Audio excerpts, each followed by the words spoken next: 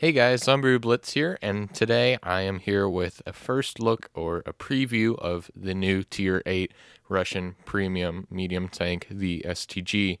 Now, I have it in a comparison with other similar tanks such as the T-34-3, the T-34-2, and the T-44, because they are all Tier 8, not necessarily Russian, but they're all Tier 8 mediums, very similar tanks, and they all have a 122 millimeter option as a gun on their tank. So let's get right into it. First of all, the firepower. The DPM is the same as the T-34-3 and the T-34-2 at 1669. Nice. And I guess that's pretty low for a medium, but considering it's a 122, that's not bad. It's not horrible, I guess. I mean, I seem to make the numbers on the T-34-3 work. Next, the penetration is actually pretty decent at 190 on the standard rounds and 260 on the premium rounds. Unfortunately, on the premium rounds of something like the T-34-3, it has 270, which is 10 millimeters higher. But 190 standard is pretty good, meaning that you probably won't have to fire. I mean, it's still low at tier 8, but you're gonna have to use premium, definitely. But it is better than the other 122s, so there's that. The alpha is the same at 400. Rate of fire, same as the DPM. It's better than not better. It's the same as the other two tanks, the Chinese tanks, but the T-30 or T-44 is lacking behind because the Top Gun is not. It's a 100 millimeter, not the 122, so it's not going to be the best. Now the shell velocity is not exactly in between, but it's just a little bit under the T-34-3 and the T-34-2, with the T-44 lacking behind a lot at 800 meters per second.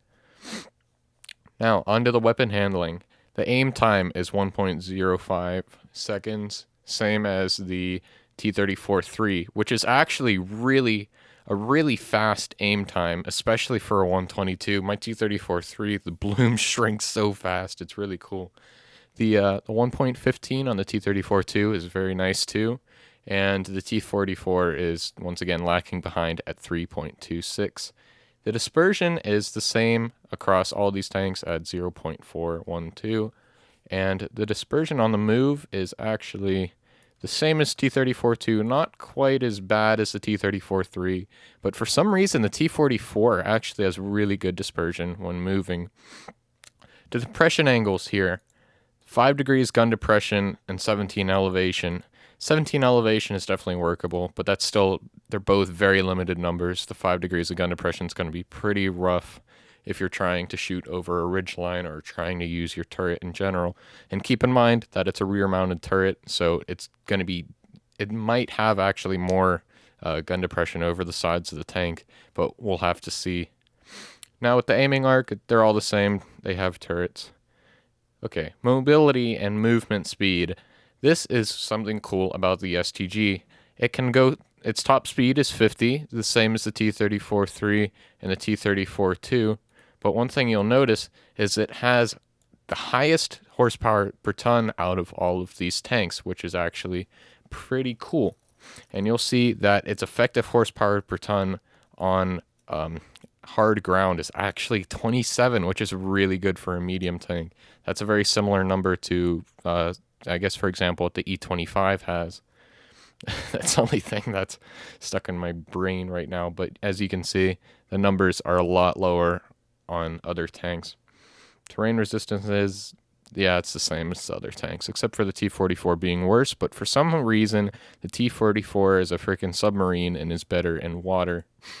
Now, the hull traverse is actually the fastest. I think that's the hull traverse. I don't know why it says that. But anyways, it's the fastest at 50 degrees compared to the 44, 46, and 47 of the others.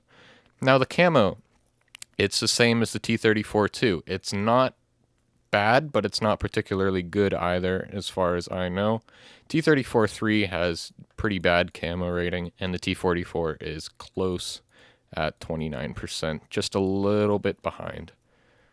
And the camo after shot it's going to be low. It's a 122, And plus, you probably aren't going to be sniping in this tank. It doesn't matter too much.